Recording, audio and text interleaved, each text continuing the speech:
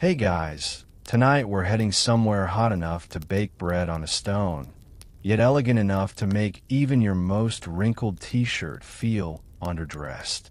You're standing on the banks of the Nile. Yes, that Nile. The slow, golden artery of ancient Egypt, where linen sheets once fluttered like pale birds under a molten sky. You can almost hear the hiss of cicadas, the creak of wooden boats, and the distant clang of a copper pot being scrubbed clean. The air smells faintly of clay, riverweed, and someone's lunch cooling on a flat roof. You, however, are here to do laundry. Ancient laundry. And not just any laundry. Pharaoh-approved, wrinkle-free linen without a single watt of electricity. You probably won't survive this heat, but you'll look immaculate trying. So, before you get comfortable, take a moment to like the video and subscribe, but only if you genuinely enjoy what I do here. And if you're awake enough, drop a comment below with your location and what time it is for you right now. Now, dim the lights, maybe turn on a fan for that soft background hum, and let's ease into tonight's journey together. The sun is already halfway up, glaring off the water like molten brass. You squint across the river and see long strips of linen, white, ivory, and pale honey, draped over lines stretched between acacia poles. Each piece catches the wind, whispering softly, like sails waiting for orders. You take a slow breath. It smells clean, slightly mineral, with just a trace of wet plant fiber, like fresh paper left too long in the sun. You trudge toward a cluster of villagers bent over the riverbank. They've been awake since dawn, their feet half buried in silt, rhythmically lifting, dipping, and twisting cloth in the shallows. The women sing in a low hum that keeps time with their work. A boy nearby fans a brazier with a palm leaf, trying to coax the coals into glowing. Though there's no fire iron here, no plug, no cord. Just sunlight, muscle, and time. A tall man gestures for you to join him. He's wearing a wraparound kilt of slightly yellowed linen, creased but proudly so. He shows you a roll of cloth that seems to shimmer faintly. It's not silk. Silk hasn't reached Egypt yet. It's linen, spun from flax grown upriver. He pats it affectionately, as if greeting an old friend. The sun does the ironing. He tells you in Egyptian you somehow understand tonight, but only if you treat her gently. You lay a piece of damp fabric across your knees. It's cool and slippery, almost alive. The texture is rougher than modern cotton, but strong, tightly woven. Each thread catches the light like a strand of hair. You smooth it with your palm and feel the heat gathering underneath. Within minutes, the wrinkles begin to relax, softening under the weight of your hand.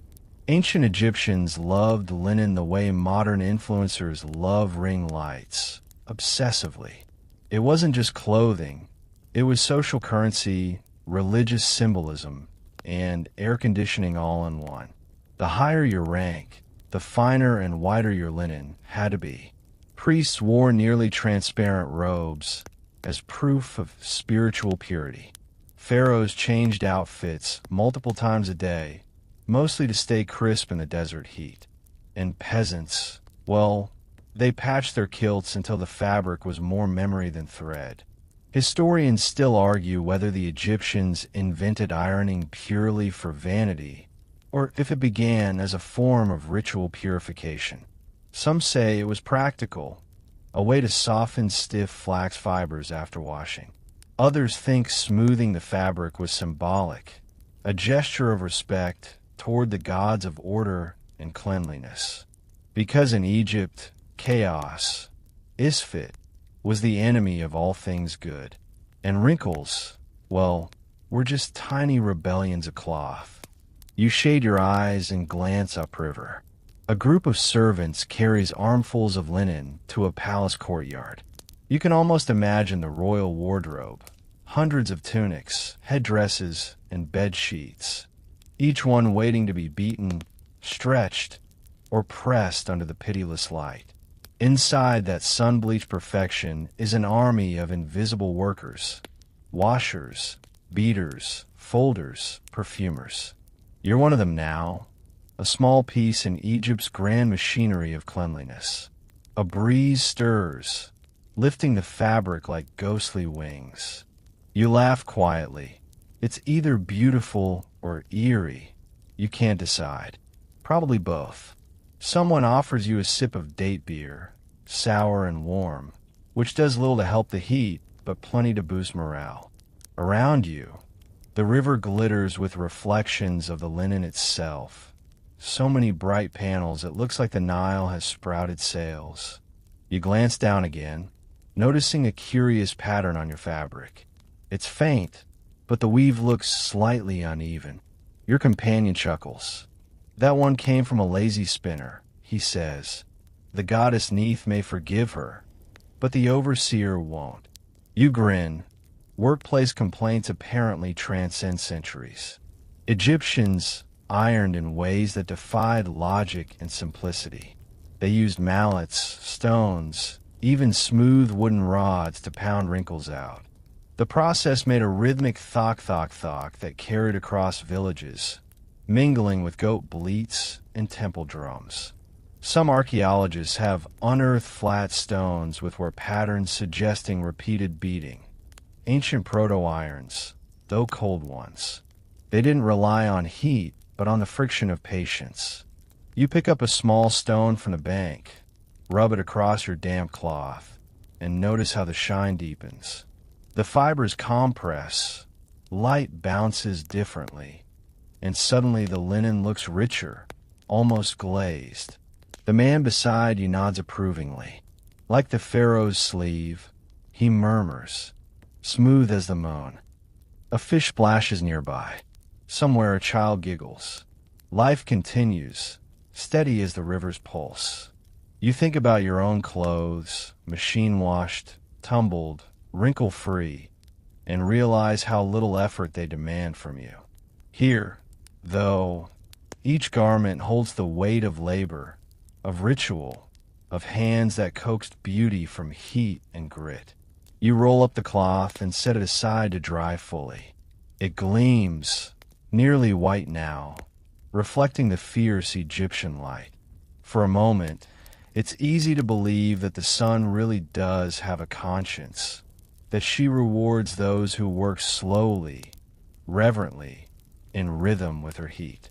And as the day lengthens, you find yourself falling into that rhythm. Lift, dip, smooth, fold. The river hums. The workers sing. And your linen, your impossible, unelectrified linen, dries into something fit for a king. Somewhere far away, a temple gong sounds the afternoon hour. A heron passes overhead. You lean back on your heels, wipe sweat from your brow, and smile faintly. The first wrinkle-free sheet of the day rests at your side, a quiet triumph of sunlight and skin. Tomorrow, you'll learn where that linen came from, and why flax is both miracle and curse. But for now, let the breeze wash over you and the smell of clean cloth settle into your memory like a lullaby. By dawn, the world feels new again, though the heat still lurks just beyond the horizon, waiting to pounce. You wake to the whisper of reeds along the riverbank and the gentle clatter of baskets being carried toward the fields. Today, you follow the path of flax, the plant that gives Egypt its linen, and your next impossible chore. You trudge along a narrow track lined with date palms and mud brick huts.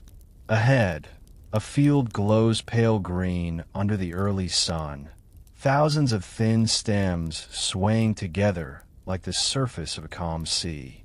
The air smells faintly of dew and something sharp, vegetal, like cut grass mixed with clay.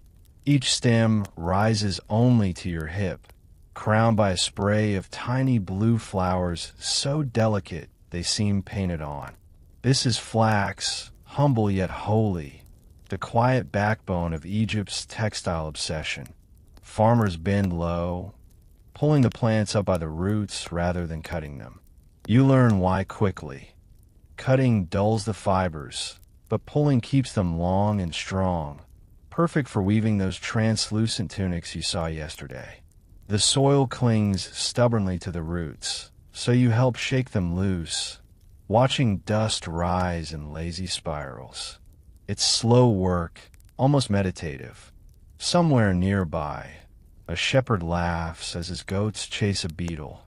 The sound carries across the plain like a small bell. You gather an armful of stalks, and they scratch your skin lightly. You'll get used to it. A woman says beside you. Her arms are roped with muscle, her head wrapped in linen that has seen better days. Flax bites at first, but it rewards patience. She grins, revealing a missing tooth. Like most gods, once harvested, the bundles are tied with papyrus cord and carried to shallow pools dug near the river. The smell here changes sharp, earthy, faintly sour. The bundles are submerged and weighted with stones.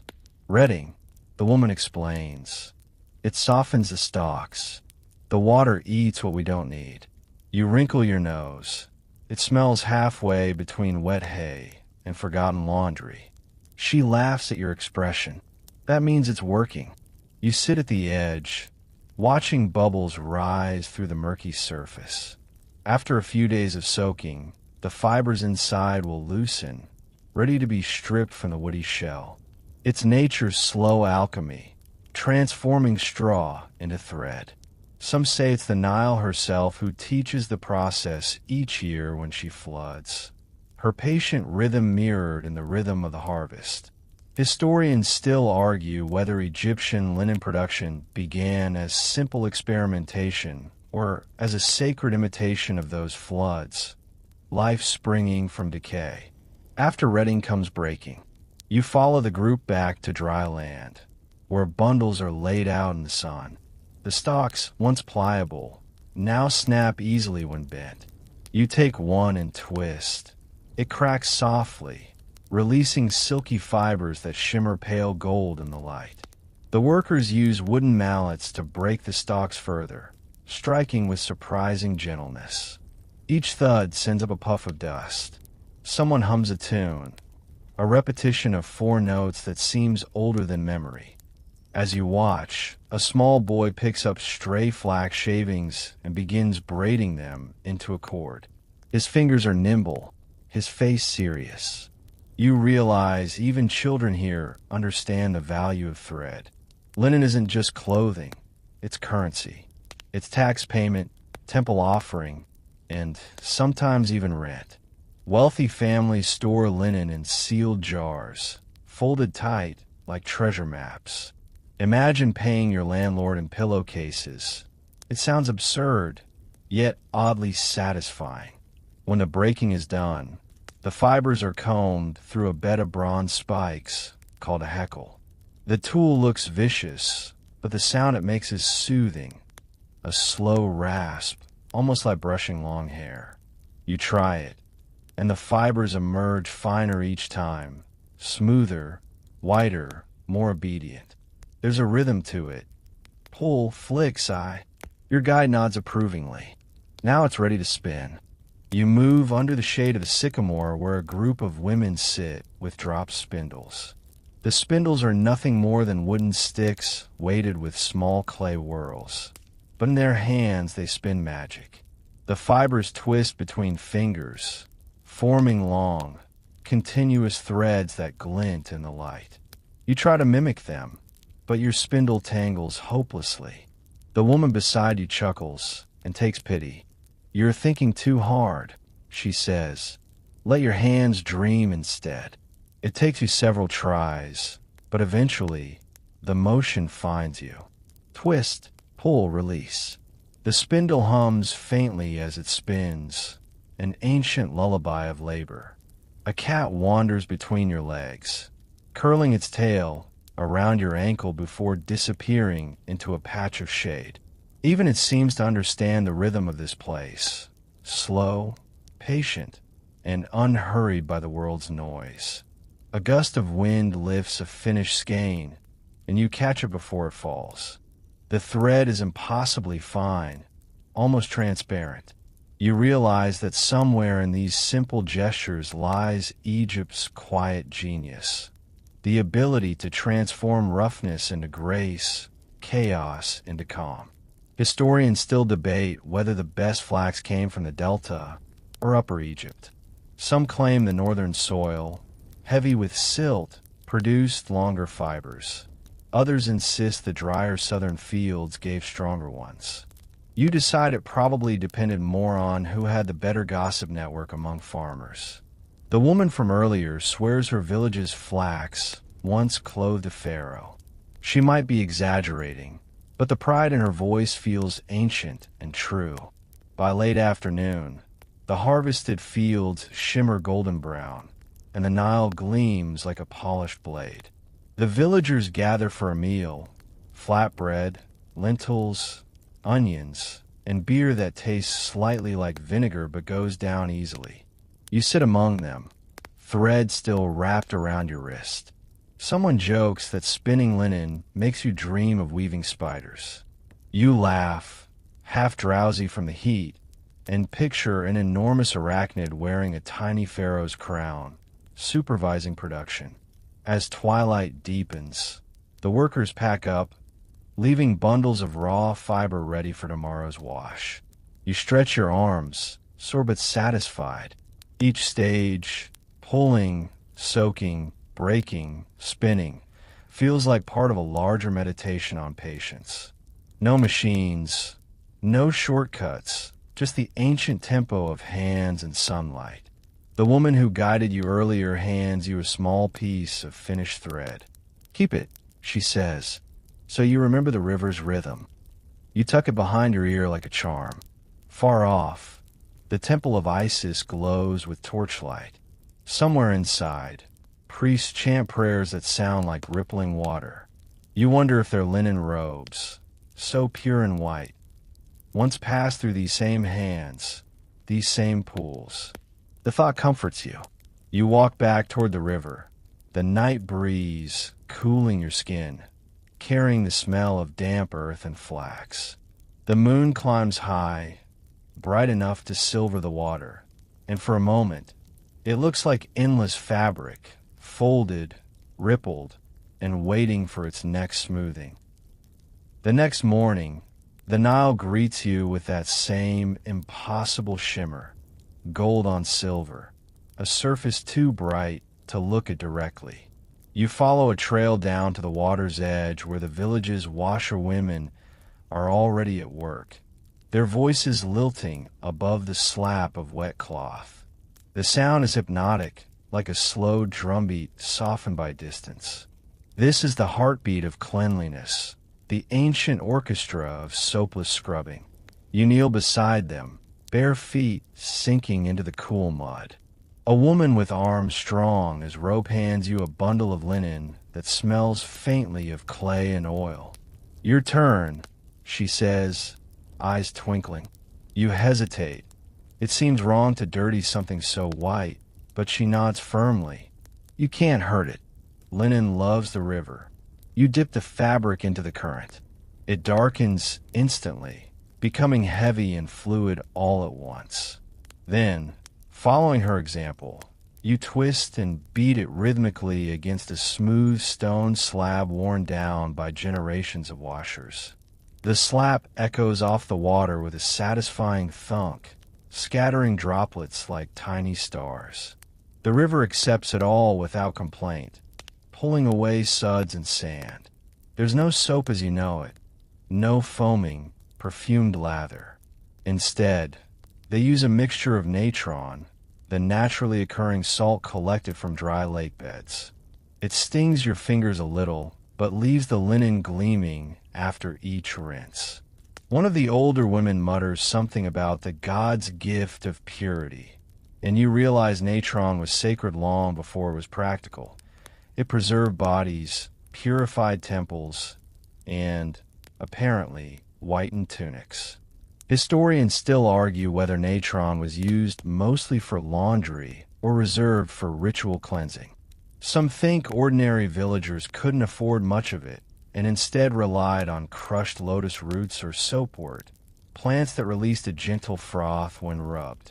You try one of the roots yourself, squishing in your palm until it foams faintly like green silk. It smells faintly sweet, and the woman next to you sniffs approvingly. Good for the skin, she says, and for gossip. And gossip there is plenty. Between rinses, stories swirl as freely as the current. Who borrowed whose sandals? Who's building a new granary? Whose goat keeps escaping to the temple courtyard? The laughter is contagious, and you realize the riverbank isn't just a workplace.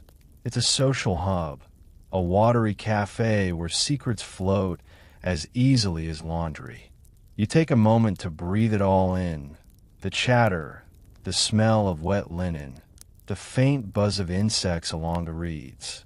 Every sense feels full yet calm. A dragonfly lands on the cloth beside you, its wings glinting in the sunlight. You pause, careful not to disturb it, then continue scrubbing, slower this time, almost reverently. A curious child approaches with a reed basket full of clothespins. Though calling them pins might be generous. They're small wooden clamps, simple yet clever, used to hold the linen in place against the wind. You help her fasten a few sheets to a drying line stretched between two palm trees. The fabric flutters above your head, translucent against the light, turning the whole world a shade of ivory. Someone nearby begins to hum a tune, low and rhythmic, matching the wash-slap pattern of the stones. It's not music in the modern sense. No verses, no chorus, just a pulse that settles into your bones. You find yourself joining in, not with words, but with breath. A fisherman drifts by in his papyrus skiff, shouting something teasing about cleaning away sins. One of the washerwomen shouts back, "We'll start with yours." The entire bank erupts in laughter. The Nile carries the sound downstream like a ripple of joy. As the day grows warmer, steam rises from the wet cloth spread on the stones. The air feels heavier now, and you're grateful when someone hands you a small clay jug of cool beer. It tastes faintly sour and slightly grainy, but refreshing all the same. You sip slowly, feeling the world soften around the edges. At one point, the conversation turns unexpectedly serious. The eldest woman, her hair silver, her skin mapped with sun lines, tells you that every piece of linen carries a story.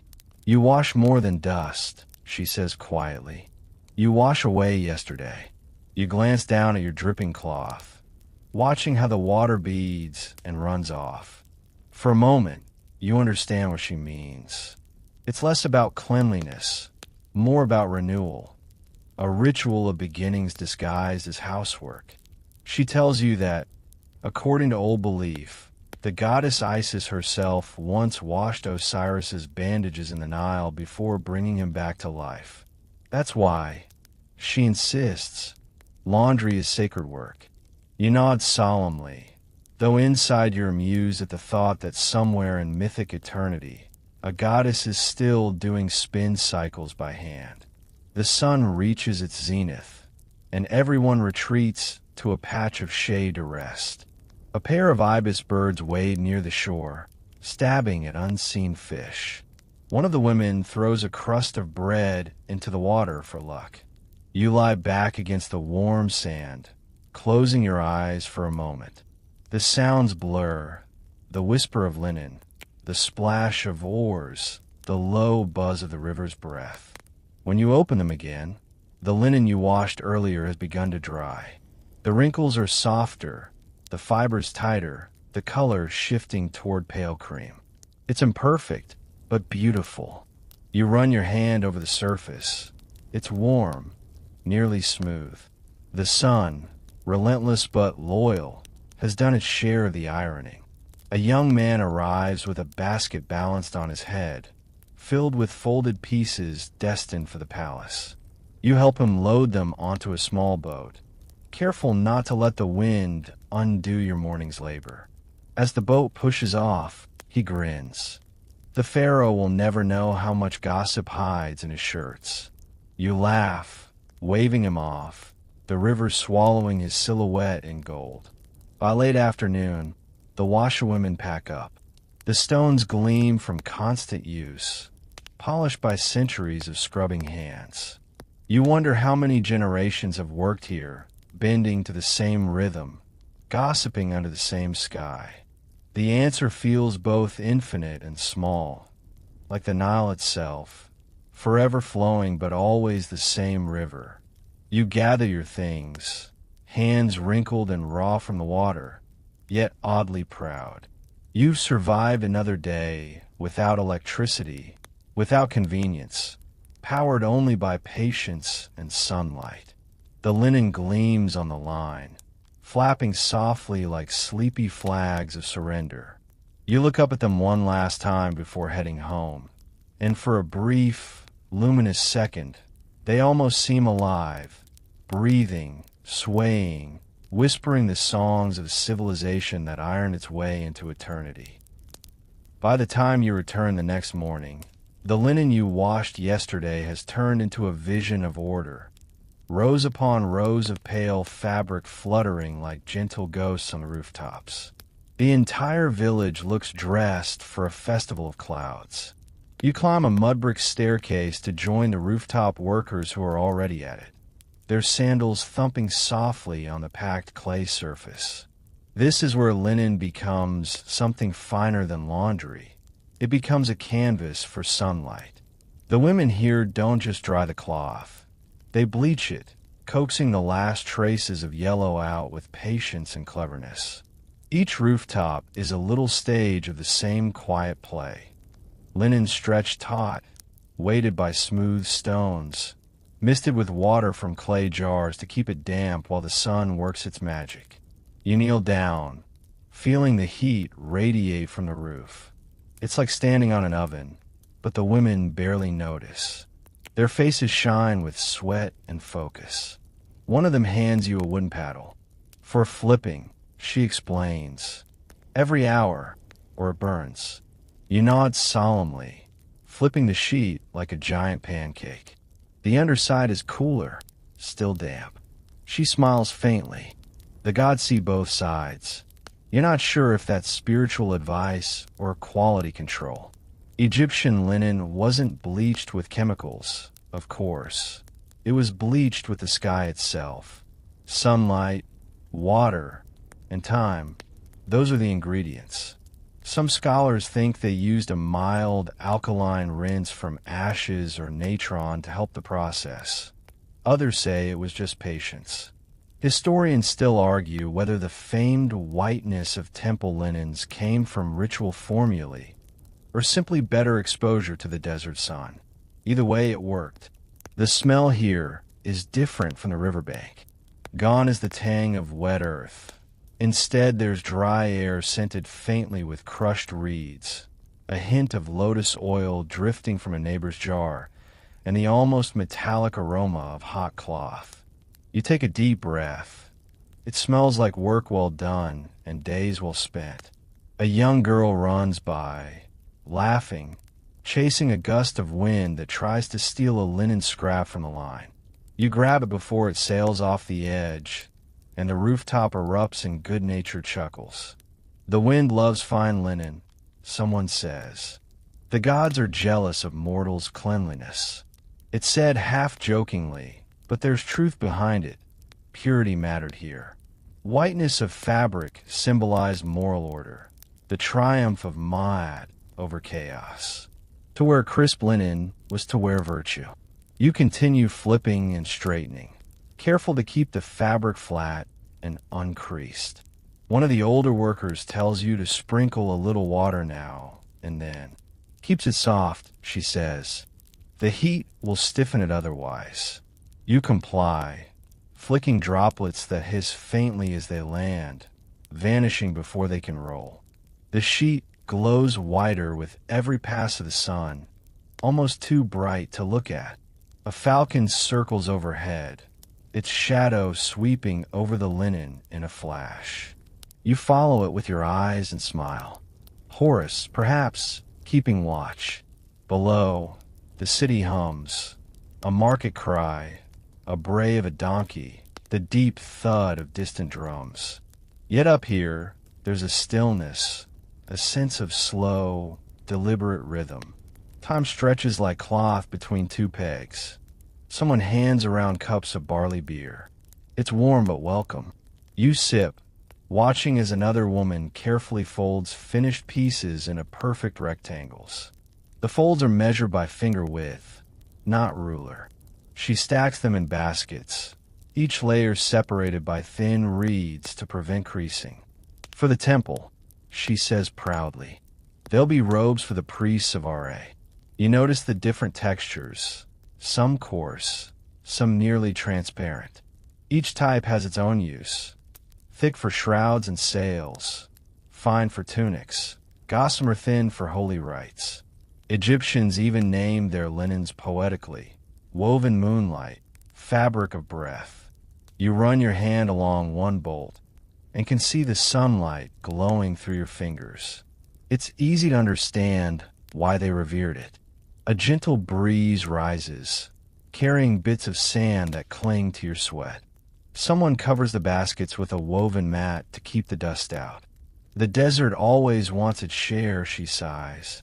You help secure the covering and catch yourself staring at the horizon where sky meets sand in a trembling line. The air quivers. The world itself seems to be ironing its own wrinkles out onto the heat.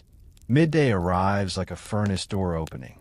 The workers move slower now, conserving energy. You find shade behind a clay parapet where a few of them sit peeling figs and laughing softly about a neighbor's miracle washing formula that supposedly scares away evil spirits. It's just donkey milk, one giggles. Smells like it too. You chuckle, trying to imagine the world's first laundry detergent commercial in hieroglyphics. The laughter fades into easy silence. You take a fig, its sweetness cutting through the heat. The air shimmers, making the horizon dance. Someone hums a tune you heard by the river yesterday, and without realizing, you hum along. The rhythm of the linen workers is the same everywhere. Beat, rinse, flip, fold. Life reduced to a patient, soothing sequence. As the sun tilts west, the whitened sheets are gathered, folded again, and layered carefully in baskets. The colors shift from pale gold to ivory under the changing light. You help carry a load downstairs, the warm fabric pressed against your arms like captured sunshine. The smell of clean linen lingers on your skin. Down below, the village glows softly, rooftops fading into evening haze. You catch sight of the Nile glinting through the gaps between houses, its calm surface holding the reflections of thousands of drying linens. It looks like a giant mirror to the sky. Before you descend completely, you glance back one last time. The rooftop workers have finished for the day, their silhouettes framed against the setting sun, baskets balanced gracefully on their heads.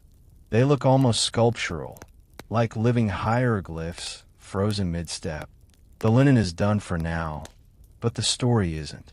Tomorrow, you'll learn that even without fire, the Egyptians could smooth every fold perfectly, and that the rhythm of their mallets was once mistaken for music by visiting traders. For now, you let the last light of the day settle on your shoulders, warm and heavy, like a blessing. You descend into twilight, the smell of hot cloth following you like a memory. Somewhere below, a child's lullaby drifts upward, a simple tune, gentle as a sigh. It mixes with the hush of wind through linen and the endless whisper of the Nile. And for the first time, you feel that rare balance between work and peace, the kind that only exists when the sun, the river, and the hands of humankind move in perfect. By the time the sun rises again, The air already smells faintly of baked dust and the tang of yesterday's heat. You wake to a chorus of morning sounds: donkeys braying, pots clinking, the distant call of a boatman greeting the river. The day's work isn't washing anymore, it's smoothing. The linen that dried under the rooftop sun now waits in neat, pale stacks, crisp as papyrus scrolls. You stretch, blink against the light, and realize today's task is something more delicate: transforming those stiff, sun-bleached pieces into cloth soft enough for priests, nobles, and maybe even mummies. You join the group, heading toward the communal courtyard, where wide slabs of limestone serve as ancient ironing boards. The workers gather with a mix of tools: flat stones polished to mirror sheen, small wooden clubs, even chunks of quartzite that catch the sun like fragments of stars. One man grins at you and says, "Ready to beat some wrinkles out of history?" You can't tell if it's a joke or an initiation ritual. The process is mesmerizing. A woman sprinkles a bit of water over a folded sheet, just enough to dampen it, then begins pounding rhythmically with a smooth stone. Thud, thud, thud. The sound is steady and somehow hypnotic, a slow percussion that feels halfway between work and meditation. We call it pesh, the softening, she explains without looking up. If you stop, the linen forgets its shape. You kneel beside her and try it yourself. The stone feels warm from the sun, and the fabric beneath it pushes back ever so slightly. The motion is circular, not harsh, almost like massaging the cloth into obedience. After a few minutes, your shoulders burn, but the linen gleams faintly where you've worked. "There," she says approvingly. "Now it's polite enough to wear." Egyptians didn't have flat iron devices as we know them, but they achieved astonishing smoothness nonetheless.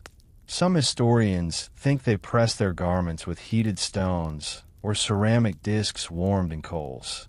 Others insist the pounding technique alone did the job. Historians still argue whether linen for the royal household was ever steamed over boiling pots of water. There's no surviving proof, only scorch marks on fragments that could mean anything from accident to innovation. A few children dart between the workers, collecting pebbles or pretending to be scribes documenting the Great Wrinkle Wars. One little boy holds a piece of linen to his face and says, "I can smell the river still." You smile, he's right. Beneath the scent of clean cloth and sun, there's still that whisper of Nile mud, faint but eternal. You pause to rest, wiping sweat from your forehead. Someone hands you a fig again. Apparently Egypt runs on figs and determination. As you eat, you notice a woman dipping her stone in oil before striking. Curious, you watch closely. She explains, "For shine, not softness." The temple priests like their robes to catch the light. The oil she uses is faintly yellow and smells sweet, probably castor or morina oil, both prized for their glossing power. Nearby, a man hums while beating cloth, the sound rising and falling like a heartbeat. Others join in, their rhythms overlapping until it becomes an accidental symphony of work. You realize this might be the origin of Egyptian laundry music, the beat of mallets mistaken by travelers for ritual drumming. One merchant from Crete supposedly wrote that the women of Kemet sing to the spirits through linen. You grin, thinking he might have just stumbled upon laundry day. The process continues through the morning. You help fold the finished sections, stacking them neatly, while another worker checks for stray creases by running her fingers along the surface. She teaches you a trick. Hold the linen up to the light. Wrinkles throw shadows. You try it and marvel at how even the smallest imperfection stands out in the brightness. "The sun always tells the truth," she murmurs. Around midday, someone starts fanning the workers with a woven palm frond. The air shimmers with heat, and you imagine the whole courtyard as a giant oven filled with the scent of warmed fabric and human effort. You find yourself lost in the rhythm, your mind slowing to the steady pulse of pounding. It's strangely peaceful. Each thud feels like a heartbeat of the city itself. When the linen grows too dry, the workers splash it lightly with water again. Steam curls faintly into the air, making ghostly shapes. You watch as one woman shapes a wrinkle into a tiny pleat, decorative but subtle. She laughs when you ask if it's allowed. Allowed? It's art. Even sleepwear deserves beauty. As the afternoon stretches on, the noise softens. Less pounding now, more folding, trimming, sorting. The finished cloths are bundled in fine net bags to protect them from dust. You help carry one bundle to the shade, and as you set it down, your arms tremble slightly from the weight and repetition. But the reward is tactile perfection. The linen feels cool, supple, and impossibly smooth, like water frozen into fabric. Someone mentions that noble households sometimes had servants dedicated entirely to linen maintenance, washing, pressing, storing, and even perfuming it with incense cones. Imagine a whole job just to make things smell nice, you mutter, and a nearby elder chuckles. Better than the job of emptying chamber pots, he says dryly. You concede he has a point. Later, as the sun begins to sink, you watch the last rays hit the polished stones lying in a pile. They sparkle faintly, reflecting the day's labor. A small girl places one of them reverently in a jar, whispering something about good fortune for tomorrow's washing. It's a sweet superstition. Every stone, after all, has done its duty. Your hands ache as you rub your palms together. Tiny grains of sand have worked their way into your skin, and when you brush them off, they glitter faintly. You think about how these people manage to keep their garments immaculate despite dust storms, river mud, and no electricity. Maybe it wasn't just about cleanliness. Maybe it was about defying chaos with rhythm, patience, and a bit of pride. A cool breeze drifts through the courtyard at last. You sit back, muscles pleasantly sore, and listen as the workers pack up. The stone mallets are stacked neatly, their surfaces gleaming with wear. You run your fingers over one and feel how smooth it's become from years of use. It's not just a tool anymore. It's a memory polished into permanence. You close your eyes for a moment, hearing only the faint swish of folded linen and the distant laughter of children. The air is heavy with warmth and the faintest scent of morina oil. Somewhere far away, a temple gong sounds, low and resonant. It's the same tone as the mallet strikes, slow, deep, and oddly soothing. You smile to yourself. Egypt, it seems, has mastered the art of ironing without fire, turning a necessity into something almost sacred. As you rise to leave, one of the older women pats your shoulder and says, "Tomorrow we teach you how to store it, so the wrinkles never dare return." You nod, half amused, half awed. Even the aftercare is an act of reverence here. You walk back toward the river, the setting sun reflecting in every polished surface, the fabric behind you gleaming like trapped moonlight waiting to be worn. The next morning, you're up before the sun fully breaks the horizon, your arms still a little sore from yesterday's linen-beating marathon. The courtyard is quiet now, only the low hum of early chatter and the occasional coo of pigeons echoing off the mud brick walls. Today isn't about washing or smoothing. It's about storing, protecting, and preserving. The Egyptians were meticulous about that, not only because linen was precious, but because every fold carried meaning. You follow a line of workers carrying baskets wrapped in reed mats toward the cool interior of a storage house. It's half buried in the earth, shaded by a low roof of palm fronds. The temperature drops as soon as you step inside, and you can almost hear the linen sigh in relief. Shelves line the walls, rows of neatly stacked bundles tied with flax cords, each labeled with a dab of ochre or a hieroglyphic tag describing its owner or intended ritual use. The overseer, a wiry man with arms like reeds, hands you a folded sheet and gestures to a space on the second shelf. Flat, not rolled, he instructs. Rolling makes creases. Flat keeps peace. You can't help but smile at that. Flat keeps peace. An unexpectedly poetic storage philosophy. He moves methodically, inspecting each bundle before it's placed, brushing off stray dust with a goose feather. The air smells faintly of incense, sweet resin, and dried herbs.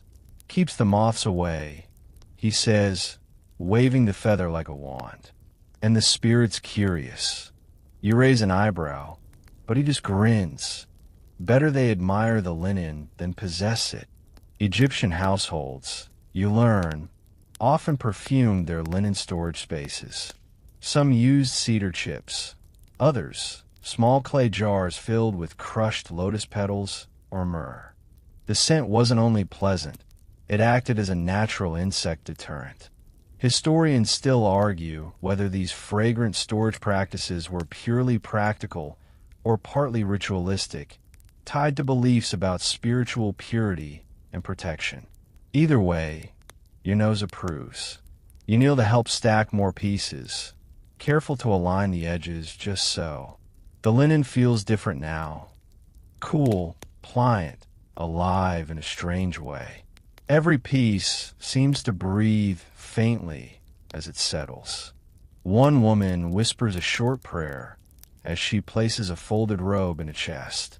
You catch the words Ankem Hotep, life and peace. You don't know if she's blessing the cloth, the owner, or both. The overseer leads you to another chamber where temple linens are kept. Here, the smell intensifies. Incense mixed with something sharper. Natron, maybe. A priest stands by a table, recording inventories on a papyrus scroll. He looks up briefly, smiles, and says, "The gods never sleep naked." You blink, unsure whether to laugh, but he's already back to counting. The temple linen is immaculate, its color nearly blinding in the dim light. You notice small tags woven into the edges, colored threads forming patterns that probably signify the workshop or weaver. Some bear the mark of the royal household, tiny falcons embroidered in gold thread. You trace one lightly and feel the faint texture, luxury and understatement. You help lay out a long robe destined for a statue of Ammonius. The fabric rustles like wind through papyrus reeds. A younger acolyte beside you carefully sprinkles it with powdered incense before folding it again, so the god remembers the scent. He explains softly, "There's devotion even in this act. No wrinkle left to chance, no corner turned carelessly." After an hour or so, your fingers begin to ache from the repetition, but there's something meditative about the process. You imagine the hands that will unfold this linen later. Priests, nobles, perhaps even embalmers preparing for eternity. In a way, you're folding pieces of time, not just fabric. At one point, a gust of hot air sneaks in as the door curtain lifts, and a swirl of dust dances across the floor. Instantly, the workers react. One fetches a damp cloth, another waves the feather fan to redirect the breeze. The desert is always watching, someone mutters, half in jest. You glance out at the shimmering dunes beyond the village and think maybe it's true. To keep the linen safe, they store it in layers separated by papyrus sheets. You slide one into place and notice faint scribbles on it, a fragment of old writing, maybe recycled temple records. You ask about it, and the overseer shrugs. "We don't waste good papyrus. Even words must serve again." You smile at that, thinking of all the wisdom literally pressed between sheets of cloth. As the morning wears on, the room fills with a rustle of linen and soft conversation.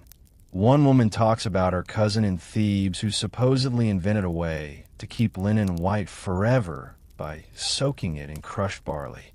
Impossible, another says, laughing. Barley is for beer, not robes. Maybe for both, the first replies. Drunken wrinkles. You chuckle under your breath. Ancient humor, still oddly relatable. They break for a brief rest at midday, sharing bread, dates, and a thick, sweet drink flavored with honey and carob. You sit in the shade, feeling the coolness of the storage room clinging to your skin.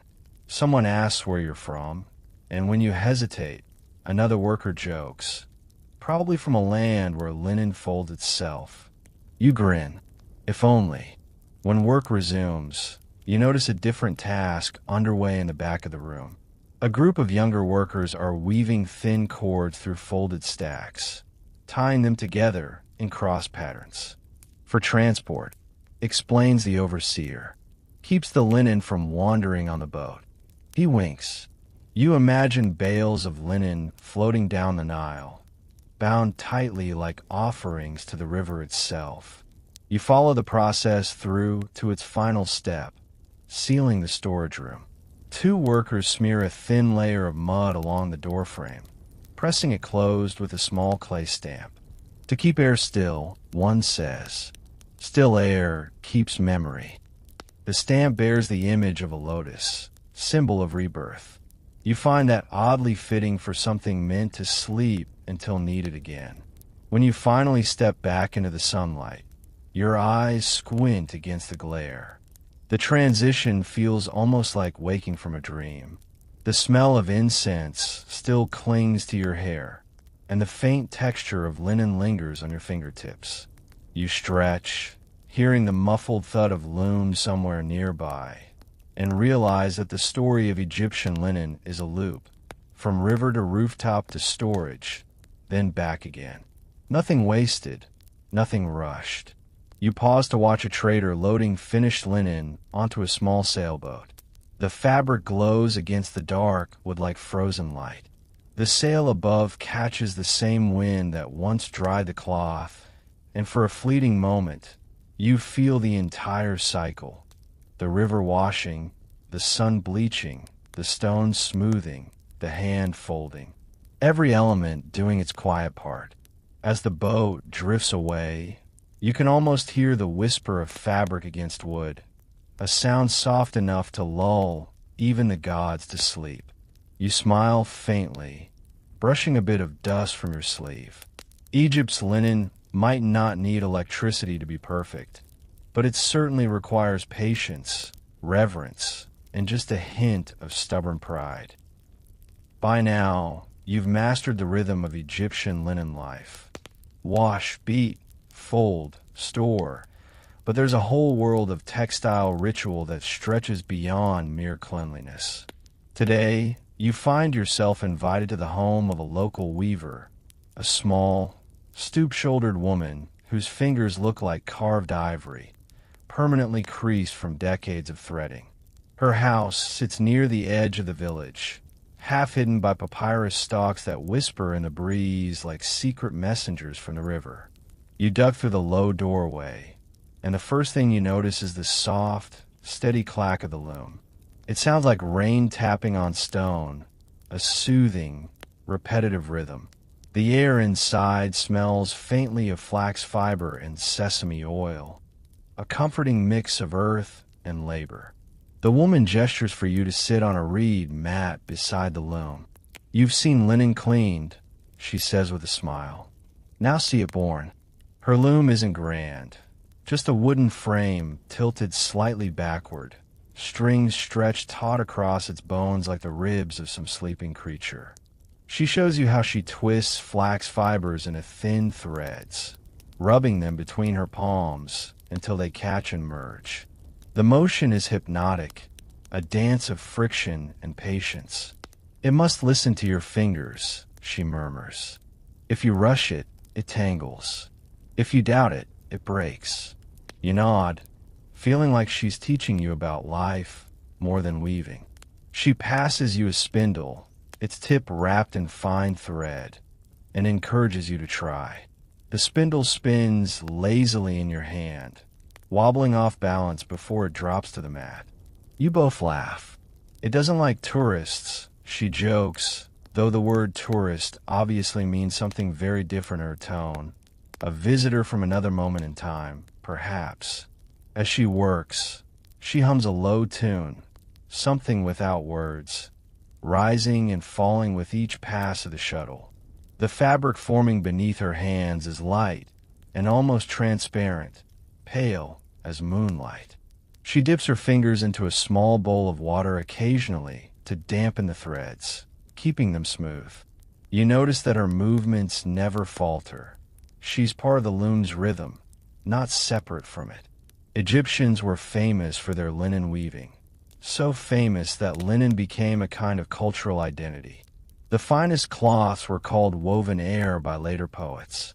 Some fragments unearthed from tombs are still astonishingly soft, the weave tighter than that of modern silk.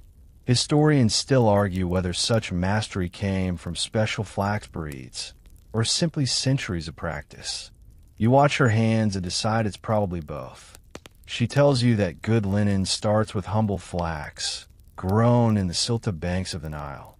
It loves the water more than fish do, she says, shaking her head fondly, and hates dry feet. When harvest time comes, the stalks are pulled up, soaked in the river, dried, beaten, combed, and finally spun. You realize that before it even reached the wash house, your linen has already survived a lifetime of attention. Outside, her grandson tends a small vat of dye, a deep reddish hue for madder root. He stirs it with a stick, humming the same tune as his grandmother. Color for the market cloth, he says proudly. Priests like white, but brides like red. You crouch to look closer, the steam carrying a spicy, earthy scent. The boy grins, his teeth flashing white against his sun-darkened skin. Don't touch. It loves fingers too much. You back away, chuckling. Back inside, the weaver shows you how the finished linen is pressed. Not beaten this time, but rolled gently between two rods, one of wood, one of polished stone. The action smooths it and gives it subtle sheen. The gods don't like wrinkles in offerings, she says. They think it's bad manners. You imagine Osiris frowning at a creased tunic and can't help but smile. As the afternoon heat builds, the weaving slows, but no one seems in a hurry. There's a pot of lentil stew bubbling in the corner, and the smell fills the room, earthy and soothing. You share a bowl with the weaver, sitting cross-legged as she tells you stories about her mother, who once wove linen fine enough to pass through a signet ring. She said the cloth must breathe, the woman adds softly, not be trapped by the hands that made it. You finish eating and lean back, watching sunlight filter through the papyrus curtain, laying stripes of gold across the loom. The whole room feels like a heartbeat suspended in time, the kind of stillness that's full, not empty. Outside, a breeze stirs, bringing in the distant chatter of the market. The weaver's grandson returns with his dyed cloth, now a glowing shade of ochre red. He hangs it over a line, and the wind flutters it like a flag. For luck, he says, so the air remembers it.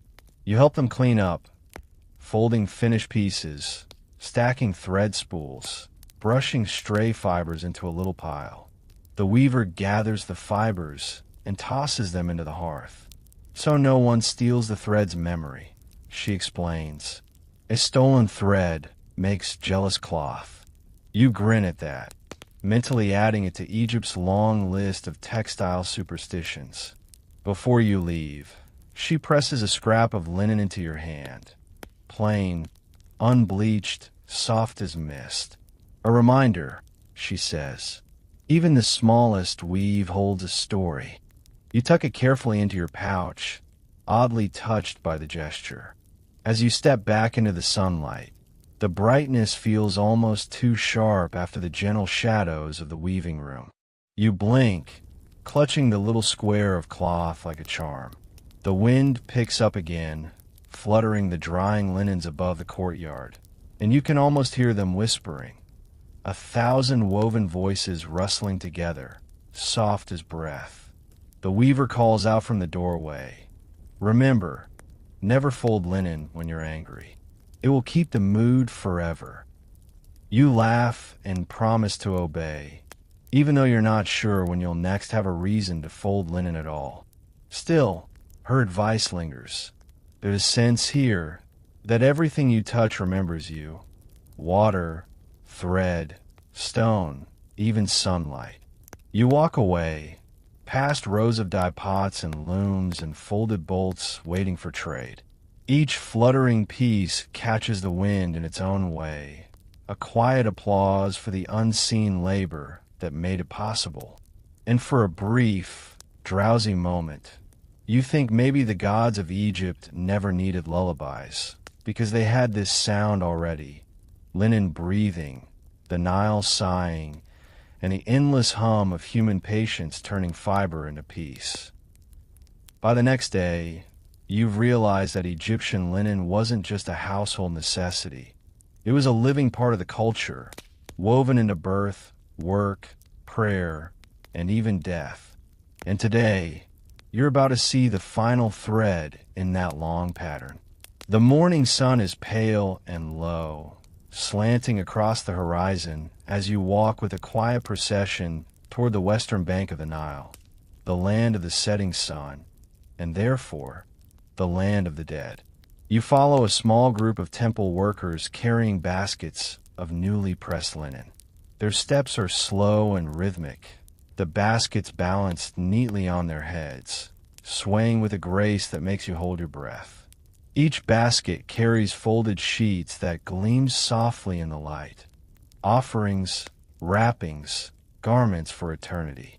When you arrive at the tomb workshop, the air changes. It's cooler here, shaded by the cliff face, and filled with the scent of resins, oils, and faint smoke from incense cones that burn lazily in clay stands. You can hear the distant drone of chants from the embalmer's chamber, the low hum resonating like a heartbeat beneath a rock. A man in a white robe greets you. "You've seen linen live," he says softly. "Now you'll see how it helps us die properly." His voice isn't grim, it's practical, even serene. For the Egyptians, death was simply another stage of preparation, and linen played the starring role.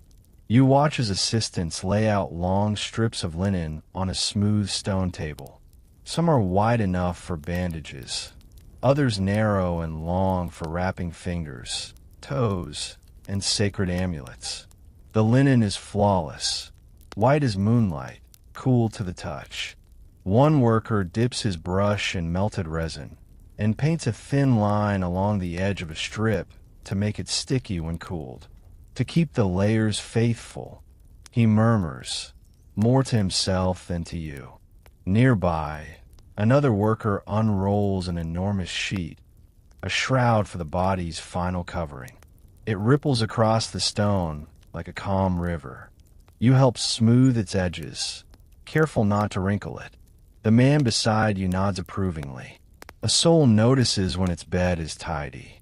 You've seen ironing by sunlight and smoothing by stone, but this linen is something else, almost sacred in texture. The overseer tells you that only the purest flax can be used for burial wrappings, harvested from fields dedicated to Osiris himself. Historians still argue whether that claim was ever literal or simply symbolic, but standing here, you believe it. The cloth feels as though it's been touched by silence itself. You watch the embalmers at work from a respectful distance. They move with a calm precision, wrapping layer upon layer of linen around the body, speaking quiet words between each turn. For the limbs, for the heart, for the tongue. One chance. For speech, for truth, for peace. Every motion is deliberate, slow, and strangely comforting. The air is heavy with frankincense and cedar oil, but it's not an unpleasant heaviness. It's more like breathing inside a memory. One worker approaches you with a small basket. Inside are amulets, scarabs, inks, and little gold eyes. Each must rest between the linen layers, he explains. It's like tucking blessings between dreams. You watch as he slides one amulet beneath the wrapping, his fingers careful not to disturb the cloth. When the process pauses, you notice a scribe at a nearby table recording the number of linen strips used. For the records, he says, so the spirit knows how much care was given. You glance at the papyrus, hundreds of linen strips, each accounted for. Egypt, it seems, finds order even in eternity. There's a quiet break, and the workers share cool water and flatbread under the shade of the cliffs. One of them jokes that the gods must be jealous. They wait in the sky for our cloth, but we still were at first. You smile.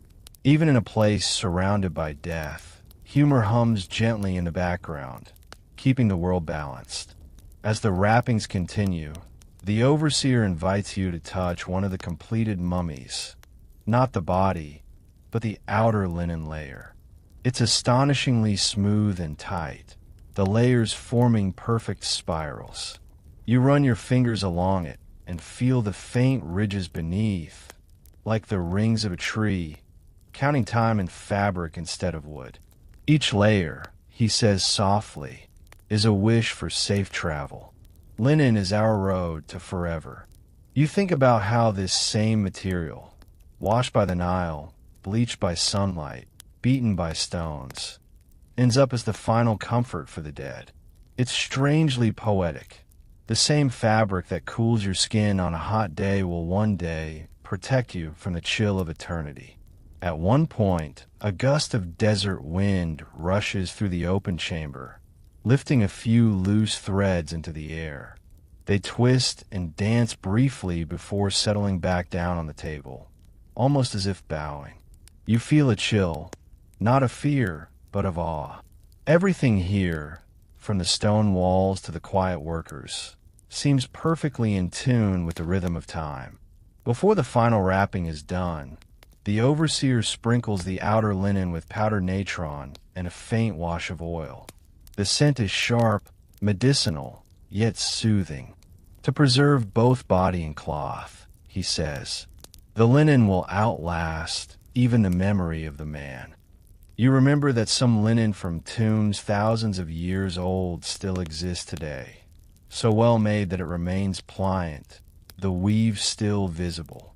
The thought is humbling. When the process ends, the mummy lies on the stone slab, serene under its layers of soft, white fabric.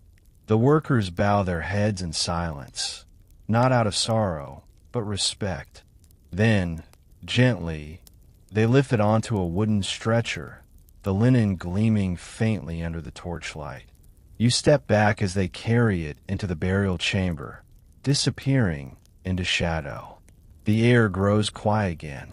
You realize you've just witnessed one of humanity's oldest acts of care, a love letter written in fabric and time. Outside, the sun has begun its descent.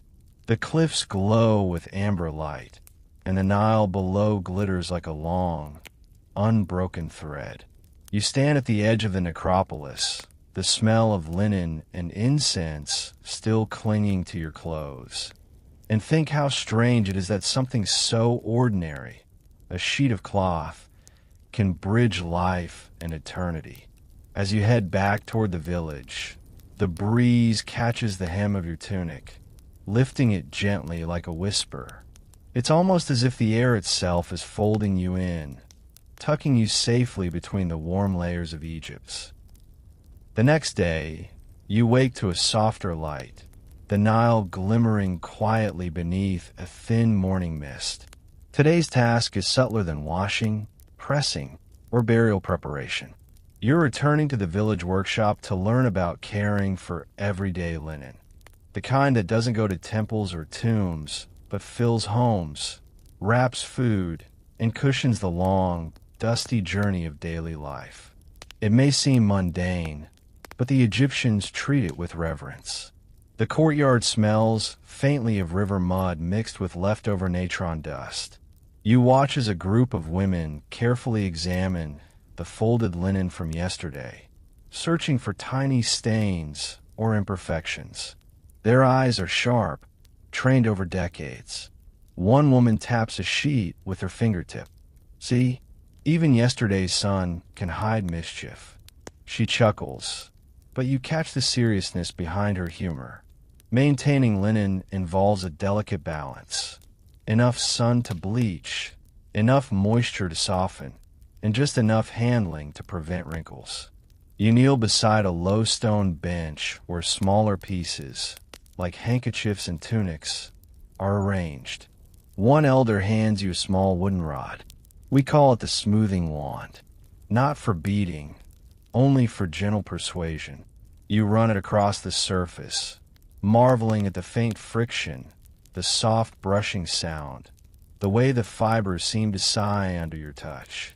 She dips the tip into a shallow bowl of water, barely enough to dampen the linen. A little water softens stubborn threads, she explains. You do as instructed, moving slowly, and notice a difference immediately. The fabric glows softly, more pliant than before. Think of it like stretching your fingers after sleep, she says. Linen likes the same courtesy. Nearby, a child is draping cloth over a bamboo frame. Drying screen, he explains proudly. You realize this is a clever trick. Sun exposure without the danger of sand or dust. The screen tilts to follow the sun, rotating naturally with a small pivot. You watch for a moment, impressed by their ingenuity. Some historians still argue whether these frames were common in households or reserved for wealthier families. But the child invention seems practical enough to be universal. While you work, the elder tells you stories of everyday rituals. Egyptians would sometimes perfuse their linen with oils from flowers, leaves, and spices, jasmine for softness, cassia for fragrance, and a hint of castor oil for gloss. The scent was subtle but persistent, meant to comfort the wearer rather than announce luxury. You breathe in, thinking the smell is almost hypnotic. A light breeze flutters the drying sheets above, carrying the faint sounds of the village waking. A donkey brays, a woman laughs, a distant horn sounds. You notice how the wind seems to press the linen in its own gentle rhythm, almost like an invisible assistant. A man walking by winks. The Nile's breeze irons better than half of us, he says. You grin, imagining a whole day devoted to wind-powered ironing. You pick up a small bundle of cloth, carefully folding each piece into uniform rectangles. The elder points out that each fold should align perfectly. Uneven edges invite mischief in the form of wrinkles and even insects. Wrinkles anger the linen. She whispers conspiratorially. Never anger your linen. You laugh softly but comply, convinced she might be half serious. Some linen is more stubborn than others. Heavier, thicker, almost reluctant to be pliant. For these pieces, you're shown a technique called gentle rolling. The cloth is pressed and rolled with a cylindrical wooden rod, which distributes pressure evenly without stretching fibers. You watch a woman perform it, amazed at how a single roll can transform stiff, scratchy cloth into something soft enough to brush against your cheek without discomfort. During a short break, you sip a cup of barley water sweetened faintly with dates. A young girl approaches with a small scrap of linen and asks you to try folding it without leaving a crease. You comply, concentrating so hard you can hear only the soft swish of fibers and the faint chirp of a sparrow. The girl claps softly. You're learning, she says, and you nod, feeling a quiet pride. The conversation drifts to minor repairs. Linen tears or frays easily, so small stitches with fine flax thread are common. You practice a simple hem, pulling the thread carefully, noticing how the fibers weave together like a miniature tapestry. Each stitch holds intention, the elder says. Even a small hem is an act of care. You can't help but agree. The process is slow, meditative, almost sacred in its repetition. As the sun rises higher, you notice a subtle shimmer across all the prepared linen. The water, oil, and sunlight have combined to create a soft glow, giving each piece a luminous quality. It's almost hypnotic, and for a moment you forget everything except the tactile satisfaction of perfect alignment, the faint brush of the breeze, and the faint scent of oils lingering in the warm air.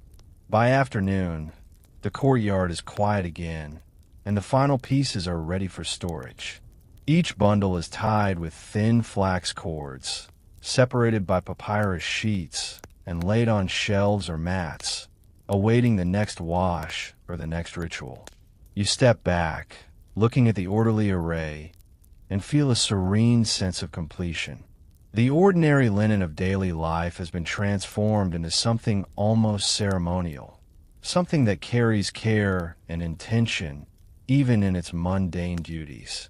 You leave the courtyard slowly, your hands still faintly damp, your mind softened by the rhythm of folding, smoothing, and stacking.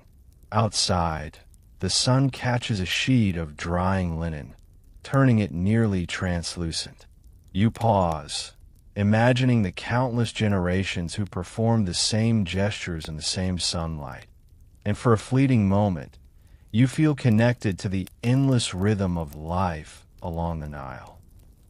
The next morning dawns with a light mist hovering above the Nile, turning the river into a ribbon of silver.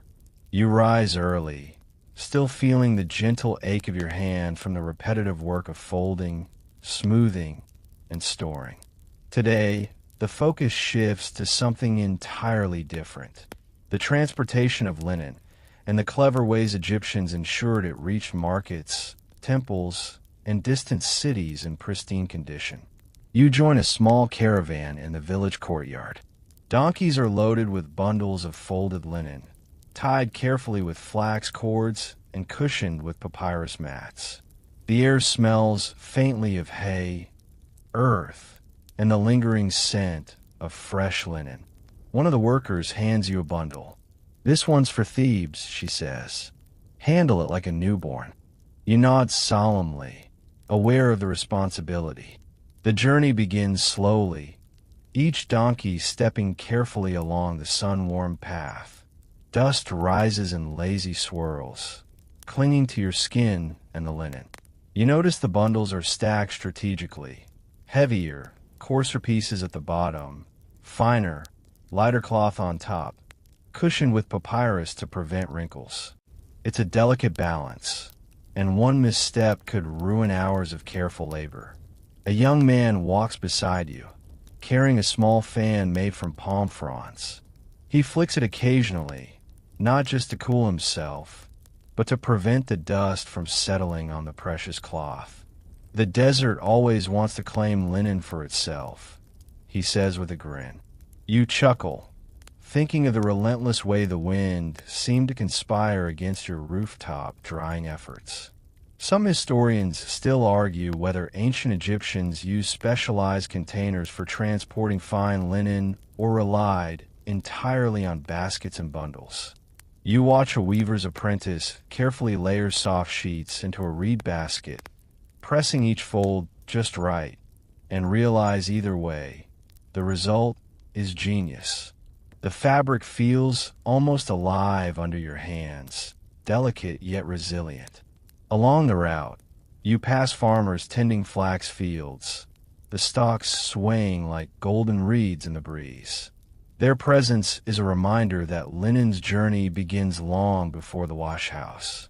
You remember the weaver telling you about harvesting and retting flax along the Nile, water soaking, sun bleaching, stone pounding, and suddenly it all clicks together. Every sheet of linen carries the effort of many hands, from river to village to marketplace.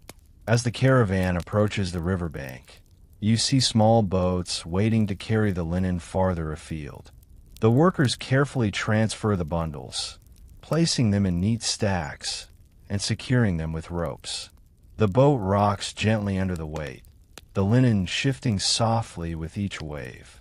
The smell is earthy, slightly damp, and faintly sweet, a combination of papyrus, river water, and the touch of countless human hands. You take a moment to watch the river's current, reflecting the rising sun in shards of gold. It's a slow, calming motion, a perfect companion to the rhythmic work of stacking and securing. A trader leans over, brushing his hand along a bundle to check for hidden creases. Even the Nile cannot smooth careless folding, he remarks dryly, and you can't help but laugh. The boats glide slowly, and the sound of water lapping against wood mixes with the faint clatter of linen bundles. You help adjust a stack, ensuring the finer sheets on top remain untouched. There's a soothing, almost hypnotic quality to this work. The gentle rocking, the whisper of the breeze, the muted colors of fabric glinting in the sunlight. Along the riverbank, a heron lifts gracefully, its wings brushing the morning air. You imagine it observing centuries of linen transport, silently witnessing the care humans take in preserving their cloth. Somewhere far away, a fisherman hums, his song blending with the boat's motion. The combination is unexpectedly peaceful, and you feel your own breath slow to match the rhythm of the river. Later, the caravan reaches a small trading post. Linen is unloaded, checked for any damage, and displayed for merchants. Fine sheets are folded into delicate stacks, coarse pieces arranged for heavy use. You assist in inspecting each bundle, running your fingers along the edges. Every crease, every fold, every bit of softness matters. You realize this mundane labor is in itself an art form. The merchants nod in approval.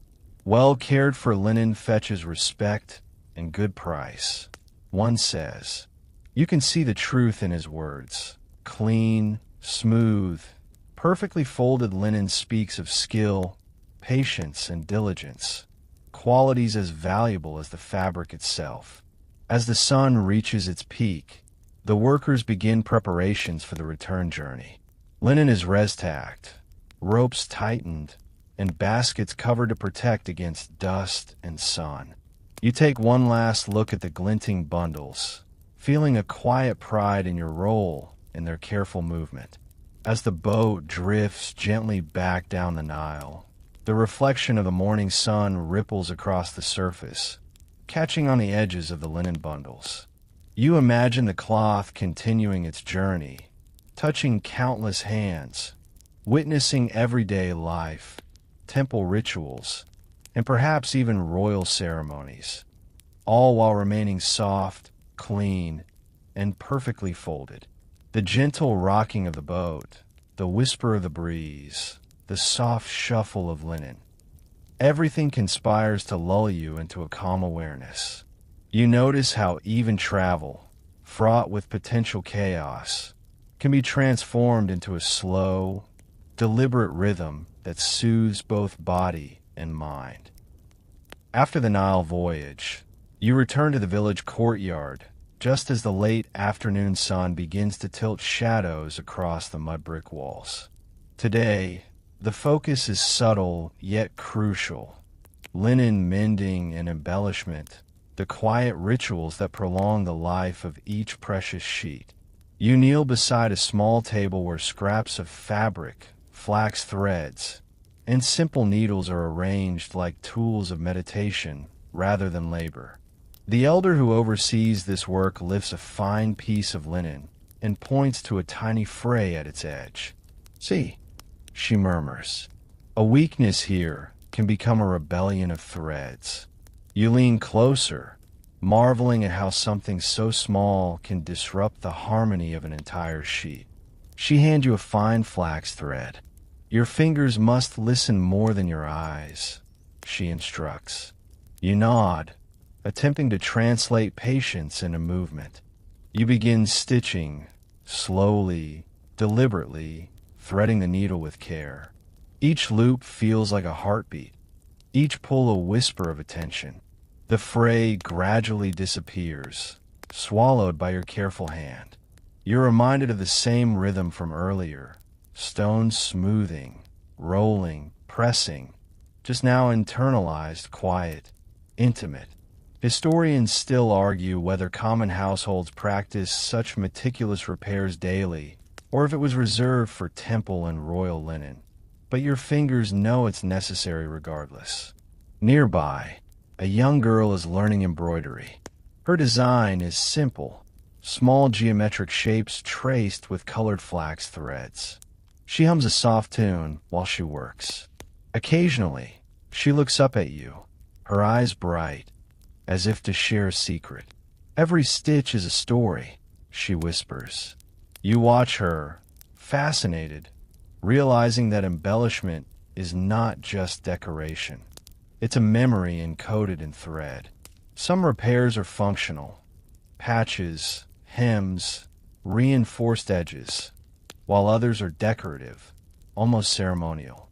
You help affix a small patch to a robe, aligning the weave perfectly so the repair is barely visible.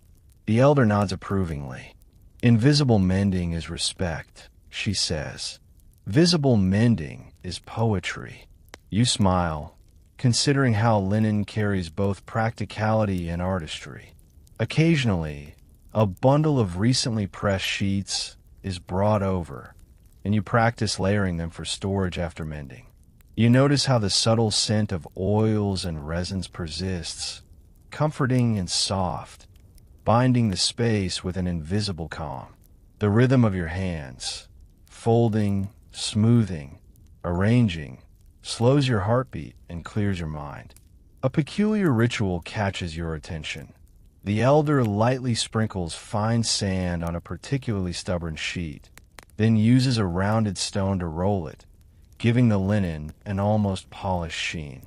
You've never seen anything like it, she explains. Tiny grains guide the fibers, gently reminding them where to lie. You marvel at the inventiveness, a bit of grit used not for abrasion, but for gentle coaxing. You pause to reflect on the breadth of what you've learned. The same fabric has journeyed from flax fields to wash house, sun to stone, storage to river, and now to careful repair and embellishment. Each touch has been deliberate, each motion imbued with patience and respect. You notice how the act of mending has its own rhythm, separate from washing or pressing, yet intimately connected. As the sun dips lower, the courtyard becomes dappled with long shadows. You notice small insects hovering around the oils and scents, and the workers sprinkle finely crushed herbs to deter them. Even pest control has become a ritual, gentle, considered, harmonious. One of the apprentices shows you a subtle decorative technique. Tiny knots forming patterns across a hem, almost imperceptible unless viewed closely. Some patterns protect, he says with a half smile. Some bring luck. Some just please the eye. You find it oddly comforting. Tiny symbols woven into daily life, guiding the linen's future. By late afternoon, you've mended dozens of sheets, embroidered a few, and assisted in careful storage. Your fingers ache pleasantly, the kind of fatigue that makes every subsequent gesture more deliberate. You realize that this quiet labor is deeply meditative, a slow conversation between hand, fabric, and mind. As you step back, you admire the organized stacks and embroidered accents. The air is warm, scented faintly of oils and the dry heat of the late day. The courtyard hums softly. A donkey brays in the distance. The wind flutters through drying linen, and the faint rustle of papyrus echoes against the walls. You think of how this everyday attention ensures the survival of something as fragile as fabric, and yet as enduring as memory itself. When you finally leave for the evening, a small child tugs your sleeve and hands you a scrap of embroidered linen. To remember, she says simply. You fold it carefully, feeling the soft threads against your palm, realizing that even a scrap can carry centuries of patience, care, and quiet artistry.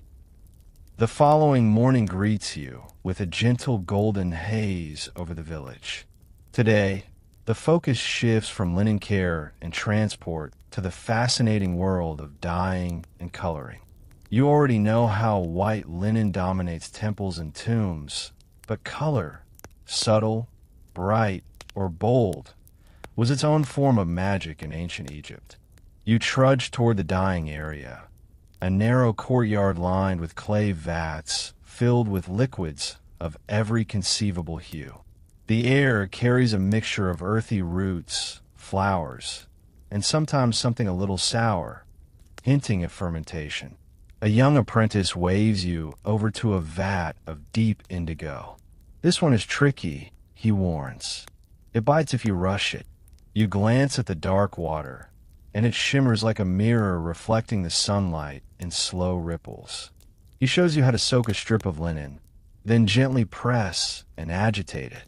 The fabric absorbs the color gradually, and you notice subtle streaks forming. Imperfections are art, he says softly, or evidence of learning. You nod, realizing patience is the core ingredient. Nearby, a woman tends a vat of red dye made from crushed madder root. She gently stirs it with a wooden stick, humming a slow tune that seems to match the rhythm of the river. You dip a piece of linen, watching the color deepen gradually from pale pink to rich crimson. The effect is mesmerizing. The fabric almost glows. Historians still argue whether Egyptians achieved color-fast results naturally or relied on temporary tints that faded quickly, but the intensity of the hue before your eyes is undeniable. Some dyes are purely practical, signaling different uses: blue for water priests, saffron yellow for festival garments, pale greens for casual wear. Others carry symbolic meaning, like red for protection or gold for divinity. A small boy drapes a dyed piece over a line, and the sun hits it perfectly, making it sparkle with subtle variations in tone. You can't help but admire the way sunlight itself becomes a partner in the coloring process. As you move between vats, your fingers pick up faint traces of color, staining the tips slightly. You find it oddly satisfying, a tactile reminder of your involvement. Some of the workers laugh at your blue-stained hands. Marks of dedication, one says, or just a lesson that the Nile leaves its fingerprints. You chuckle, thinking that maybe every visitor leaves a small mark, literal or metaphorical. The process requires constant monitoring. Linen must be removed at the precise moment the color saturates fully. Too soon, and it's pale. Too long, and it can become brittle.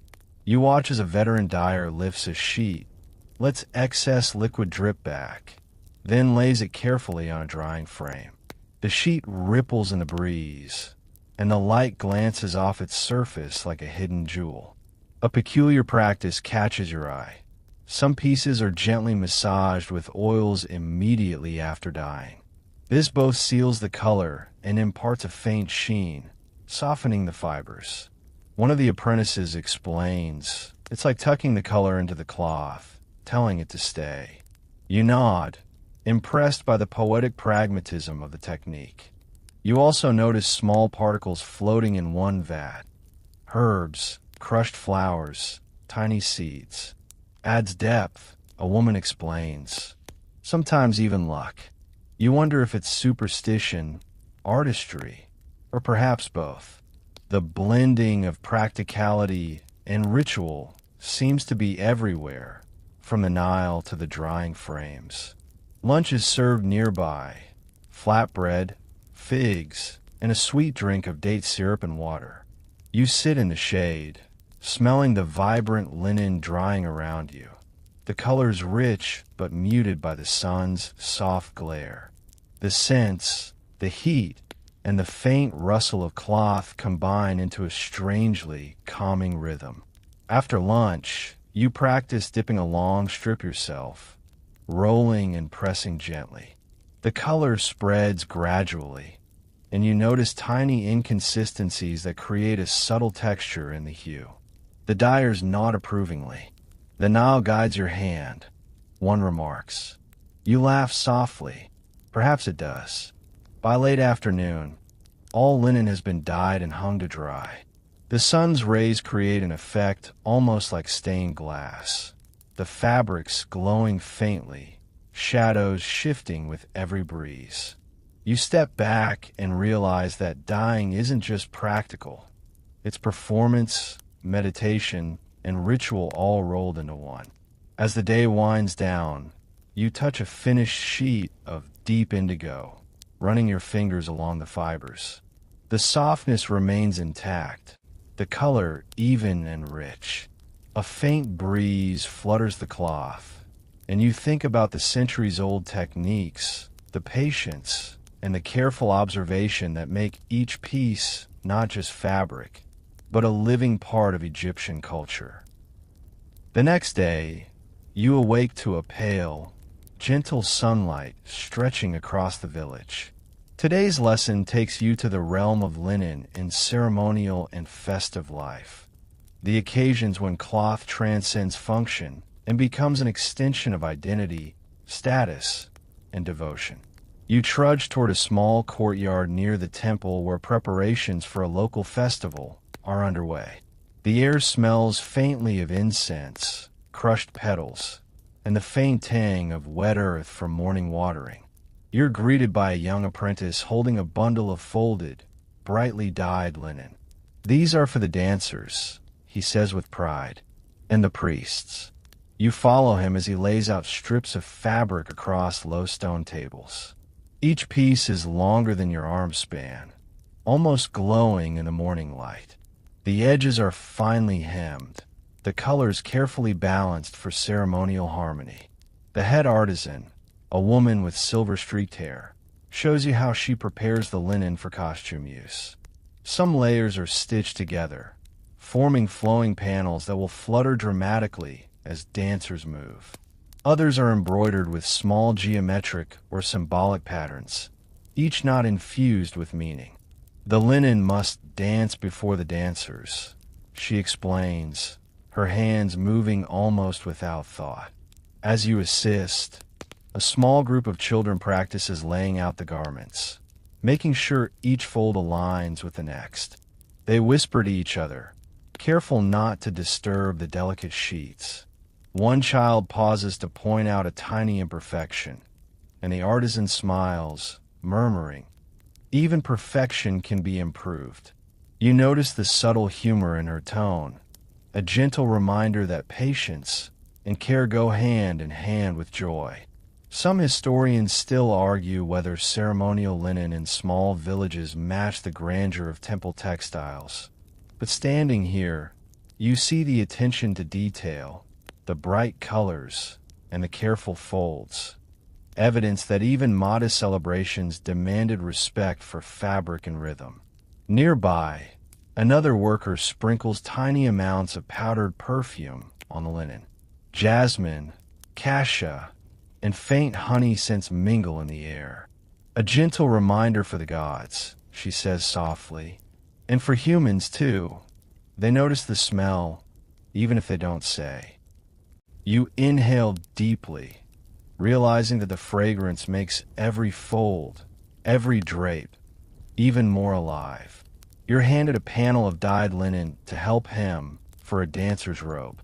As you fold and pin, the softness of the fabric reminds you of everything you've learned so far. The river bleaching, the stones smoothing, the careful pressing, the rolling, the gentle mending. You feel like you're participating in a continuous thread connecting generations of hands. The artisan instructs you on layering. Heavier fabrics underneath to support movement, lighter, sheer sheets on top to catch the breeze. You watch as the linen comes alive in the morning light, almost floating. The effect is hypnotic, slow, and almost musical. The rustle of cloth, the faint clatter of tools, the whisper of wind blending together. Occasionally, a priest walks by, inspecting a folded bundle. He hums softly, murmuring prayers of protection for both linen and wearer. A sheet carries the intent of its maker, he says quietly, almost to himself. You reflect on that, realizing that every fold, every stitch, every careful smoothing conveys not only physical care, but intention and respect. After hours of preparation, the linen is draped over mannequins and stacked neatly for transportation to the temple. You run your fingers along the surfaces, marveling at the soft sheen, the evenness of dye, and the subtle interplay of textures. Some pieces catch sunlight in unexpected ways, producing a faint glow reminiscent of water rippling under the Nile. As the day progresses, you notice the communal aspect of this labor. Each person's careful contribution matters, from folding and stitching to sprinkling perfume and arranging folds. There's a sense of shared rhythm, a subtle hum of cooperation that makes the work feel almost meditative. You can feel your own heartbeat aligning with it, slower, steadier, more relaxed. By late afternoon, all the ceremonial linen is ready, and the village pauses. The workers step back, observing the neatly folded and draped bundles. The air is filled with the faint scent of oils, the rustle of wind through the drying sheets, and the soft laughter of children who helped organize the stacks. You breathe it in, feeling a profound calm settle over your mind. As you leave the courtyard, carrying a small bundle of leftover linen, you think of the countless festivals, processions, and quiet ceremonies that these fabrics have witnessed over centuries.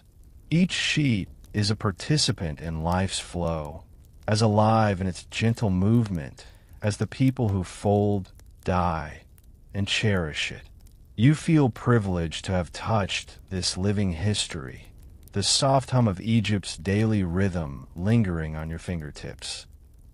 The sun is low, turning the Nile surface to molten gold as you trudge toward the western quarter of the village, where a small workshop specializes in luxury linen for the wealthiest families and local dignitaries. Today, the focus is subtle refinement, finishing touches, delicate ironing without heat, and the final presentation that transforms linen from functional to exquisite. A master artisan greets you, her hands still soft from decades of handling fine fabric. She shows you a large wooden board, polished smooth, upon which cloth will be ironed, using the techniques passed down for generations. No fire, no metal presses, just skill, rhythm, and gentle weight. The cloth must feel persuaded, not forced, she explains, her voice soft, almost musical. You pick up a fine piece of linen, its threads glowing faintly in the late light. The artisan demonstrates a technique where the fabric is folded, pressed, and guided repeatedly by hand over the smooth board. Each motion is deliberate, slow, almost hypnotic. You try it yourself, feeling the fibers yield and align under your touch. It's a subtle dance between pressure, friction, and patience. Nearby, a young apprentice applies tiny amounts of water mixed with crushed flower petals to a separate piece. It's for sheen and subtle scent, he whispers. You lift a corner of the cloth and inhale, a delicate perfume, not overpowering, that seems to make the fabric come alive. Historians still argue whether scented linen was common in everyday households or reserved for elite use. But standing here, it feels like magic. The artisan explains that fine linen requires repeated folding and gentle rubbing, almost like coaxing it awake. You notice tiny irregularities in the weave, small quirks that give the cloth character rather than flaw it. Perfection is boring, she murmurs. Give linen some personality. You smile, appreciating her quiet humor, and continue your meticulous work. She instructs you on layering. Fold, press, smooth, rotate, repeat. Your fingers grow accustomed to the rhythm, the slight friction generating a warm, meditative awareness. The cloth becomes almost responsive, its surface tightening, softening, and subtly shimmering under the soft light. You pause to run your hand across it and feel the fine alignment of threads, a silent triumph of patience. A peculiar tip catches your attention. Small drops of olive oil applied along the hem make folding smoother and prevent fraying. You try it, impressed at how such a tiny addition transforms the entire piece. Even the simplest trick preserves beauty, she says, and you can't help but chuckle, thinking how often the simplest things go unnoticed in modern life. The final step is storage. Folded sheets are stacked carefully in baskets lined with papyrus to absorb moisture and maintain freshness. Each bundle is aligned meticulously. Even the smallest misalignment is corrected. Presentation matters, the artisan reminds you. Even linen must bow to order before being offered to the world. As the golden hour deepens, the courtyard glows with the gentle colors of polished wood, drying fabrics, and the Nile's reflection. You take a step back and realize the luxurious linen before you is not just cloth. It's an embodiment of time, patience, and human care. Every fold, every smoothing motion, every faint scent carries stories of hands that lived centuries apart, yet converge in these soft sheets. You tuck a small piece of the refined linen into your bag, a reminder of the subtle perfection achieved through slow, mindful labor. Walking back through the village, the breeze lifts the edges of other drying sheets, making them sway like silent dancers in the fading light. You feel a serene connection to everything: sun, wind, water, and the fabric itself. By the time you return to your temporary lodging, your fingers are lightly scented, slightly stiff from folding and pressing, but content. You reflect on how much care the Egyptians invested into what we now might consider mundane. Every sheet, every fold, every gentle motion carried significance, a meditation, a ritual, a bridge between generations. As night falls, the village quiets, and the Nile reflects stars. You realize that the journey of linen, simple yet profound, is mirrored in your own slow, reflective pace. It's almost as if the fabric has taught you patience, attention, and reverence, leaving a quiet, lasting impression on your mind. Night has settled over the village, soft and velvety, with only the distant call of a night heron breaking the stillness. Today, your focus is on the culmination of everything you've learned, the integration of all the skills and rituals into a single, seamless practice of linen care. You walk through the courtyard, fingers brushing lightly against folded sheets, absorbing the combined knowledge of washing, pressing, rolling, dyeing, mending, and ceremonial preparation. A gentle wind lifts the edges of drying sheets, rustling softly like whispers. You kneel beside a freshly washed bundle, feeling the damp fabric slide through your hands, soft, pliant, and faintly cool. Your fingers remember the river's gentle embrace, the pounding of stones, the sun's bleaching warmth, and the meticulous smoothing from wooden boards. Each motion becomes part of a larger rhythm, a symphony of slow, deliberate care. You begin layering pieces for storage, recalling the techniques from earlier days. The heavier sheets at the bottom, lighter on top, each fold precise, each corner aligned. Your hands move with a confidence born of repetition, yet each motion is gentle, almost reverent. The scent of oils, faint but lingering, reminds you of perfumed finishes and subtle embellishments.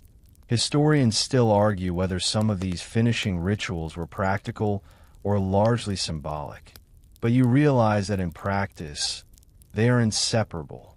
Nearby, a young apprentice watches you, occasionally mimicking your motions. You offer quiet guidance, smoothing, folding, aligning. He nods, absorbing not just the technique, but the meditative rhythm of the work. You notice that the act of caring for linen has become more than task. It is instruction, tradition, and mindfulness rolled into one. After arranging the final sheets, you take a moment to step back and observe the courtyard. Linen of every texture, hue, and purpose is stacked and stored, the order reflecting patience, care, and intention. Even the humble pieces for everyday use radiate a quiet dignity. You realize that the mundane has become ceremonial through attention and ritual.